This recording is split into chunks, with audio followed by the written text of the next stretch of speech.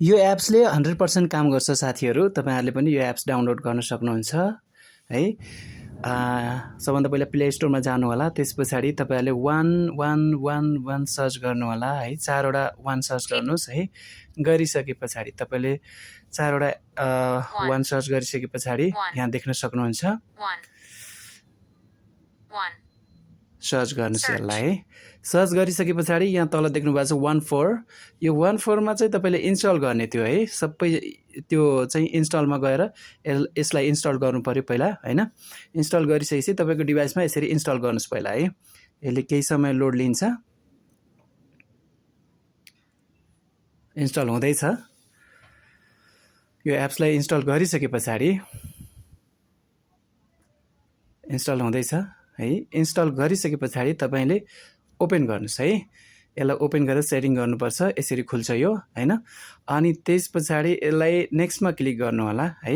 नेक्स्टमा click गर्नुस्। Click गरिसकेपछि अब यसको प्राइभेसीहरु एक्सेप्ट गर्नु होला। तल एक्सेप्टमा क्लिक गर्ने। अनि त्यसपछि इन्स्टल VPN प्रोफाइल भन्नुभएको छ। यो प्रोफाइललाई तपाईले लोड गर्नुपर्ने हुन्छ। यसलाई ओके गरिदिनु होला। ओके गरिसकेपछि यस्तो देख्नुहुन्छ। त्यसपछि तपाईहरुले अलो नोटिफिकेसनमा नथिच्ने तल्लोमा चाहिँ नट नाउमा थिच्नुस् है। नट नाउमा थिच्नुस्।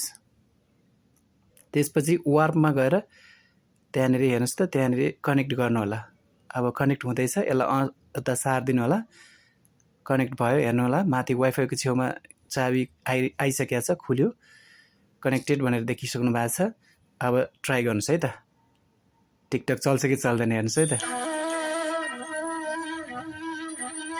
ल हेर्नुस् है। टिकटक पनि चल्यो। भिडियो पनि चल्यो। लाइभ पनि चल्यो। सबै कुरा चल्छ हेर्नुस् है। लाइभ चलिरहेछ। टिकटक जस्तै रमाइलो एप।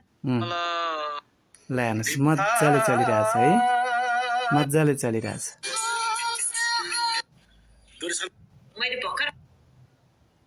मज्जाले चलिरहेछ हेर्नुस् है त।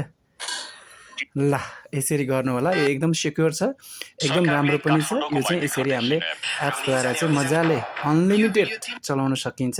यो एकदम सेफ्टी पनि छ। यो तपाईको प्राइभेट VPN हो के रे हैन। प्राइभेट हो। त्यसकारणले गर्दाखेरि यसमा डराउनु पर्ने कुनै पनि कुरा छैन। तपाईको एकदम तपाईको टिकटक सेफ रहन्छ। तपाईको कुनै पनि डाटा डिटेल्सहरु लुज हुँदैन यो एप्सबाट है। धन्यवाद छ ल। Thank you. सब्स्क्राइब गर्नु होला है।